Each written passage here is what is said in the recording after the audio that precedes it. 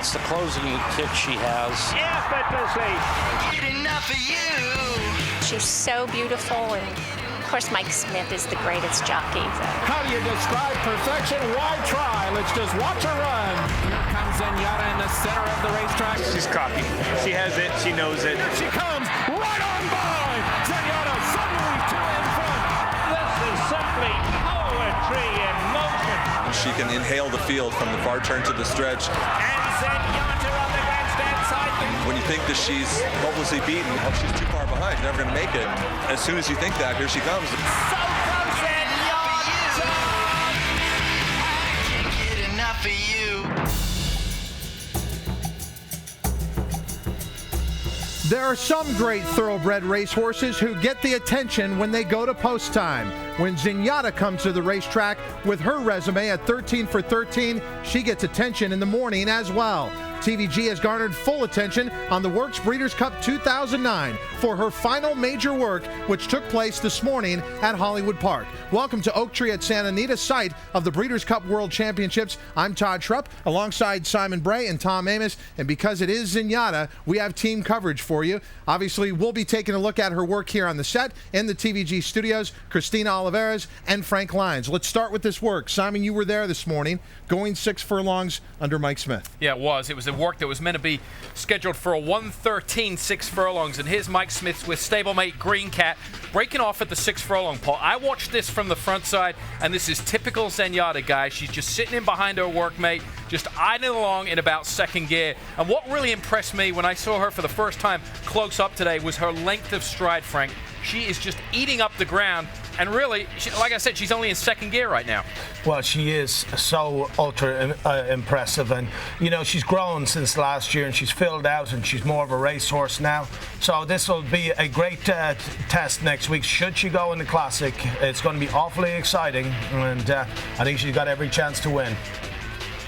You know, but watching her here, Frank, and watching her in this work, I agree with Simon. I love the length of stride that she has. She's always possessed that. It's what makes her devastating kick at the end of the race, what it is, and how she can get up when sometimes she looks hopelessly beat. But watch her against her workmate here, Green Cat, who is a maiden. You know, I mean, look, this work is designed for Zenyatta to go ahead and whip up on her stablemate, and of course she does. It tells me the decision's already been made on what they're going to do here. They decided last week in their last work, when they really tried her, what they're going to do. They're running in the Classic. It's obvious to me. Yeah, very good. I mean, look at the length of stride she has, the power in which she is finishing up her work here. The final time, 1:12 and 2, Todd. A phenomenal workout. She works past the wire here. Mike Smith got to be very happy. I mean, 1:12 and 2. That's amazing. 12 and 2 is a great time. Keep in mind, it's a different surface, a different synthetic surface over there. The cushion track versus the pro ride over here at Santa Anita. It certainly is. And I think this is maybe her better surface. I mean, if you look at her race record, I think some of her better performances were here.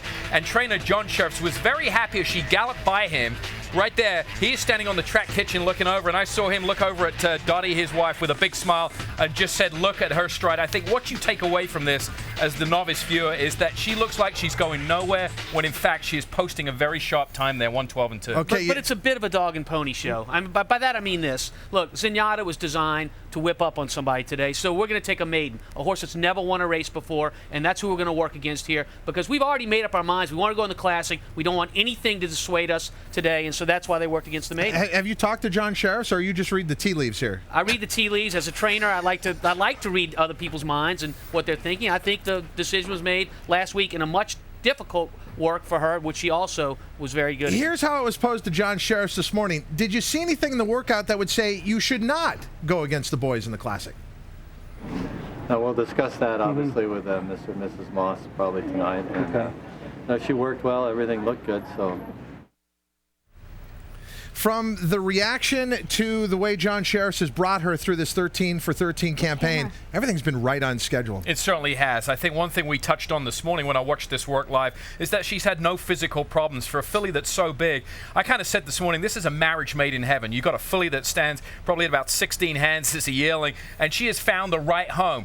Between them, John is a very conservative trainer, and I think that's been a perfect fit. I think, personally, the mind has been made up, but Frank and Christina, as you know, that John Sheriffs is very conservative. Trainers, by habit, are not really going to say what they're going to do until all the I's are dotted and the T's are crossed, and that won't come until tomorrow morning when he's checked her out of this workout. That's right.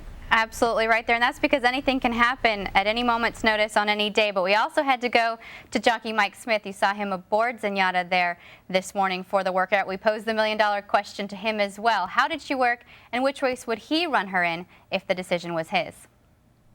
Wherever John decides, like I said before, I believe she can run with anyone, and I stand by that. And I know that if she gets the opportunity and runs her race wherever she runs, it's gonna be something special to see. So a politically correct answer for Mike Smith, as always, but as close as the Mosses and the Sheriffs and Mike Smith are, not just professionally, but personally as well, I'm sure he is included in on that decision. Now, Mike Smith, by the time he got to Hollywood Park, he had already put in part of a day's work. We're going to begin right there with a very spooky edition of your news of the day. Shortly before dawn, Mike Smith worked juvenile filly turf contender Lanez. By 6:45, he was on John Sheriff's train Nico Bay. And at 7:15, it was off to Hollywood Park for the biggest work of the day. Summer Bird put in his final pre-classic drill this morning. However, not everything went as planned. Trainer Tim Ice had to call an audible after his originally scheduled work rider fell ill. I had Alonzo Quinonez going to come working, but he was sick. So it's good to have an exercise rider that is light enough to jump up and working. Kenny McPeak's 2-year-olds have been firing on all cylinders this fall. His 4 juveniles were scheduled to work this morning. Noble's Promise, however, had his work delayed. We've been dealing with a little cut on the right leg. When I was here last week, we had to treat him with some antibiotics. It seems like it's minor, but the more time we've given it, the better it's done. So being conservative and trying to do the right thing, we've postponed his work. Today he was supposed to work. It looks like he's going to work tomorrow. Stablemate Bridgetown worked in company with House of Grace. Coming to the quarter pole, he jumped into the bridle and finished strongly. Well, we've been focusing in on him learning to finish. He's such a fast horse that if we've been hitting him with repetition in the last 3/8. He tends to go a little slow by himself. So I put him in company with House of Grace. They were a perfect team. And the wow moment of the morning once again went to Godolphin. Cocoa Beach looked fantastic coming down the stretch. A short while later, stablemate Girolamo schooled at the gate with assistant trainer Henry Spiller and jockey Richard Migliori looking on. And of course, with the holiday, there was no shortage of costumes and festivities. All Hallows Eve began with a fright as a haunted Clocker's Corner was full of ghosts, goblins, and ghouls. So we, of course, had a little fun with the news of the day there. And in case you're wondering, that was jockey David Flores, who always takes Halloween very seriously. But back to our serious news. Just a few hours ago, before we began the work show, a van arrived to Santa Anita. There you have a look at it there. This plane that arrived a few hours ago landed a few hours away. Horses came from England. 14 horses in total came into the Santa Anita backstretch midday, twice over. Father Time, Spanish Mood, Jacinto, Red Rocks, among others, and Conduit, your defending Breeders' Cup Turf champion. He comes back this year after being placed in 2 group stakes since then and winning the Group 1 King George and Elizabeth Stakes over in Europe. So those horses will remain in quarantine for the next few days. They will hit the track for the first time on Tuesday, and of course we'll have that video coming up on the works for you. Guys? Christina, thank you. Here are the pre-entries for the Breeders' Cup Classic. That'd be the men's classic to clear it all up. Hopefully Zenyatta will be there. She is pre-entered there, indeed. And so is Rip Van Winkle, speaking of horses that are coming from overseas. That's right. Rip Van Winkle comes off a win in the Queen Elizabeth II Stakes. That's the trip, Tom, that last year's winner Ravens Pass took en route to victory here at Santa Anita in the Classic. And you're already hearing the Euros brag about their group this year. We've got a bigger contingent this year, as you knew we would. Last year they had so much success right here at Santa Anita. Summer Bird is really one of the best America has to offer, a 3-year-old who has improved so dramatically over the course of the year. Summer Bird was out this morning here at Oak Tree at Santa Anita over the pro ride, going 5 furlongs. Leo Atempa aboard.